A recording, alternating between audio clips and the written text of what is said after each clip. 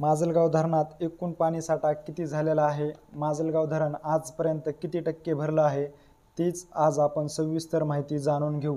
तर आज 14 सप्टेंबर आहे। 14 सप्टेंबरच्या दुपारच्या अपडेटनुसार माजलगाव धरणामध्ये इतर धरणातून म्हणजेच जायकवाडी, बिंदुसरा तसंच सिंदपना नदी पात्रातून जी पाण्याची आवक होती ती आवक म्हणजे 1626 क्युसेस इतकी आहे। माजलगाव धरण आज 14 सप्टेंबर रोजी 44% इतके भरलेलं आहे।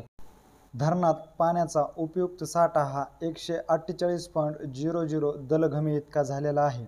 धरण क्षेत्रामध्ये येणारी पाण्याची जी आवक आहे ती फक्त जायकवाडी धरणामधूनच जी येणारी आवक आहे ती कायम आहे।